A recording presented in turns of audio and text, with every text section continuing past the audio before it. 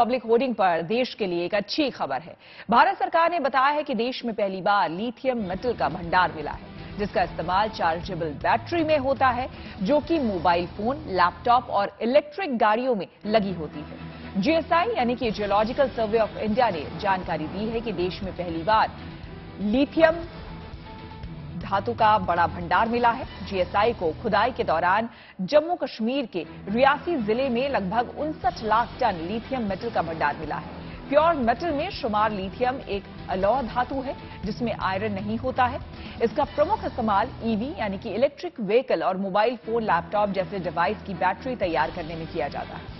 भारत पहले से ही लिथियम, निकल और कोबाल्ट जैसे प्रमुख मिनरल्स की सप्लाई चेन को मजबूत करने की कोशिश में जुटा हुआ है। लिथियम की मांग को पूरा करने के लिए भारत अभी ऑस्ट्रेलिया और अर्जेंटीना जैसे दूसरे देशों पर निर्भर रहा है, लेकिन अब देश में लिथियम का भंडार मिलने से इलेक्ट्रिक व्हीकल और मोबाइल फोन मैन्युफैक्चरिंग सेक्टर को मजबूती मिलने का अनुमान है।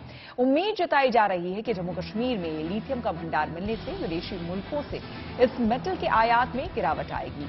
सीजीपीबी यानी कि सेंट्रल जियोलॉजिकल प्रोग्रामिंग बोर्ड की 62वीं मीटिंग के दौरान जीएसआई ने लिथियम और गोल्ड समेत 51 खनिज के ब्लॉक की रिपोर्ट राज्य सरकारों को सौंपी। इनमें से 5 ब्लॉक सोने के भंडार हैं, जबकि दूसरे ब्लॉक पोटाश और मोलिब्डेनम और बेस मेटल से जुड़े हुए हैं। ये खनिज भंडार 11 राज्यों के अलग अलग जिलों में मिले हैं। इन राज्यों में जम्मू कश्मीर, आंध्र प्रदेश, छत्तीसगढ़, गुजरात, झारखंड, कर्नाटक, मध्य प्रदेश, उड़ीसा, राजस्थान, तमिलनाडु और तेलंगाना शामिल हैं। इस वक्त आपको बता दें, हमारे साथ खनन विभाग के सचिव अमित शर्मा जुड़ चुके हैं। अमित जी, सबसे पहले तो जानना चाहेंगे, लिथियम का इतना बड़ा भंडार मिला है, जाहिर सी बात है जम्मू कश्मीर में उससे काफी फायदा होने वाला है। जिस तरह से खास तौर पर ईवीज को लेकर के आने वाले समय में काफी कुछ सरकार सोच रही है, प्लान कर रही है, स्टार्टअप्स के लिए भी काफी खुशखबरी एक तरह से। जी जी, बिल्कुल आपने ठीक बताया यहाँ पे श्वेता। ये एक बहुत अच्छी खबर है, ना कि सिर्फ जम्मू कश्मीर केंद्र शासित हमारे प्रदेश के लिए, पर पूरे भारत के लिए गर्व की बात है कि पहली बार भारत में हमें लिथियम के इतने बड़ी मात्रा में रिजर्व्स मिले हैं। और ये कल G3 की, जैसे आपने बताया, रिपोर्ट हमें हैंडओवर कर दी गई है। और इस रिपोर्ट के थ्रू हमें पता लगा है कि एक बहुत बड़ी मात्रा में, जैसे आपने बताया, और एक अच्छी क्वालिटी का, quantity and quality both are really good. तो हम ये उम्मीद रख रहे हैं कि आने वाले समय में यही लिथियम रिजर्व्स हमारा आत्मनिर्भर भारत की तरफ जो एक रुझान है, उसमें बहुत बड़ा सहयोग देगा। हमारे यहाँ जम्मू कश्मीर में आप जानते हैं, हमेशा से रोजगार को लेकर बहुत से इश्यूज बनते रहे हैं। यहाँ के लोकल टैलेंट को बूस्ट मिलेगा, उनको नौकरियां मिलेंगी बहुत हद तक, और हमारी अर्थव्यवस्था को भी बहुत हद तक यहाँ पे एक नए आयाम छूने का मौका मिलेगा। अब G3 स्टडी के बाद G2 आएगी, G1 आएगी।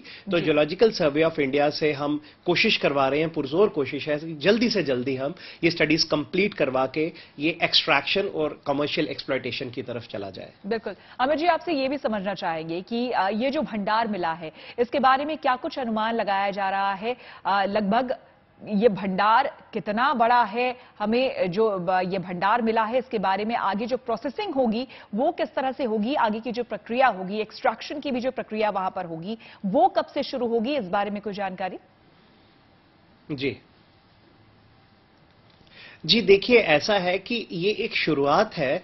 पहले तो जैसे बड़े एक सौभाग्य की बात है कि ये माता वैष्णो देवी, जहाँ पे जिन पहाड़ों पे उनका एक स्थान, पवित्र स्थान है, रियासी डिस्ट्रिक्ट में ही इसकी एक हमें भारत के एक नए लेवल को पहुंचाने के लिए वहीं पे इसकी खोज हुई है।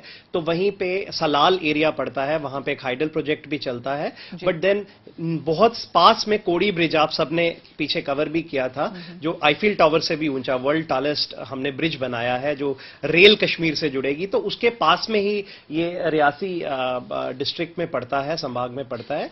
तो मैं आपको बताना चाहता हूं कि इसका प्रोसेस अब आस्ता आस्ता, ये अब आगे टाइमलाइंस डिसाइड होंगी। हमारे यहाँ पे हम बोर्ड की मीटिंग करेंगे, जिसमें हम डिसाइड करेंगे आगे की प्रक्रिया, और फिर उसके बाद सेंट्रल गवर्नमेंट की उसको एक्सेंट मिलती है, वो बाद में उसका अप्रूवल के लिए जाता है केंद्र सरकार को।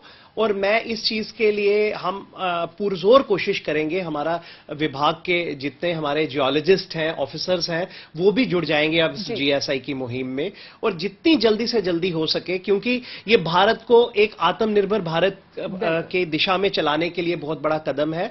और मैं खुशी से एक खुशी की बात बताऊंगा श्वेता, अभी G20 प्रेसिडेंसी का ईयर चल रहा है, तो ये अभी 1-2 महीने में जैसे सब राज्यों में ये जा रहे हैं, केंद्र शासित प्रदेश जम्मू कश्मीर में भी G20 के डेलीगेट्स आएंगे और हम बताएंगे पूरे विश्व को, अब हम उन चुनिंदा देशों की लिस्ट में आ गए हैं जहां पे लिथियम की अवेलेबिलिटी है। तो ये एक बहुत गर्व की बात है पूरे भारतवर्ष के लिए, जो जम्मू कश्मीर। बिल्कुल, बहुत धन्यवाद आपका अमित जी, हमसे ये तमाम बातें शेयर करने के लिए। शुक्रिया।